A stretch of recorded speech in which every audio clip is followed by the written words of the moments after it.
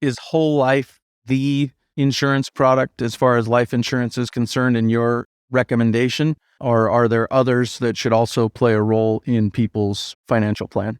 I think it comes down to two things, term and whole life, and those two only. Because the other ones are proving to collapse and underperform, and people are dying without insurance that they've paid for. And the term is good for a few years, basically, but it's a lower premium, and the policy will lapse or you will collect if you die within the term, basically. Correct. Whole life is what we've talked about multiple times, what your book, which people should read, is all about, and structuring that in such a way that you can use it as a cash flow strategy. That's correct. That's what we're talking about. Yeah. So here's the difference. So term has its place though too, Clay, because I do a lot of term, but it's convertible term.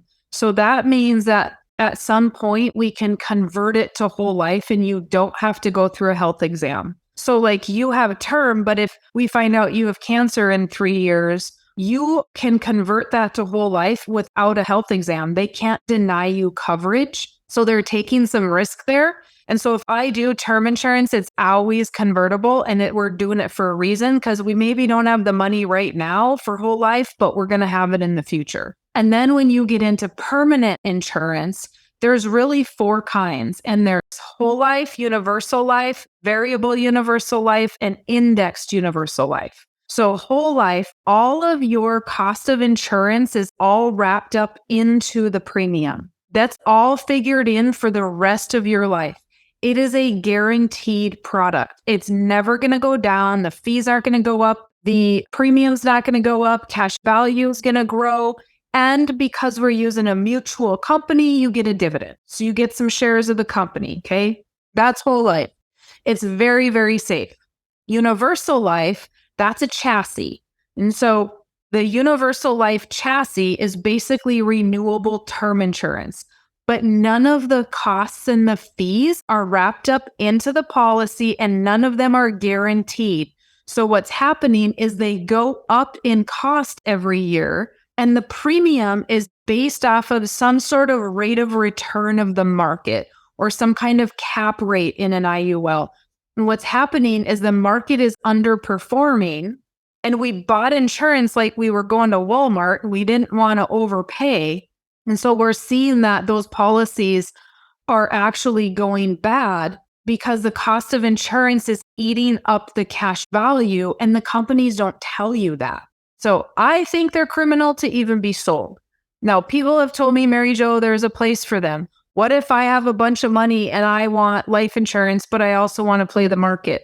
Well, then do it with an IRA and a separate policy. Like, I just do not see any benefit. Here's another thing that a lot of estate planners do that drives me crazy: a second to die policy. So they might do whole life, but it's a second to die.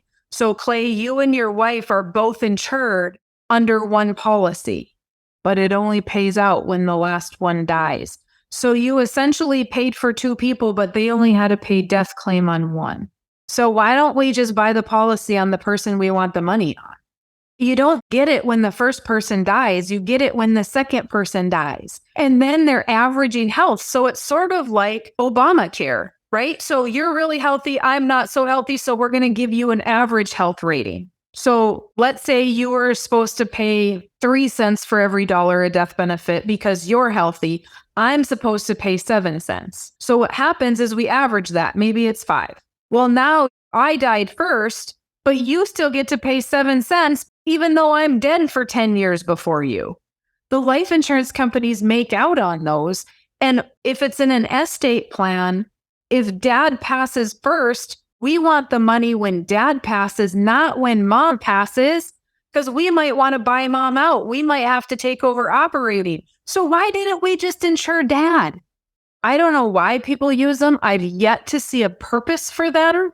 I've asked people to run those by me because I'm totally open-minded to it. I just have yet to really see the purpose to why wouldn't we just buy 2 separate policies or one policy on the person we want it on.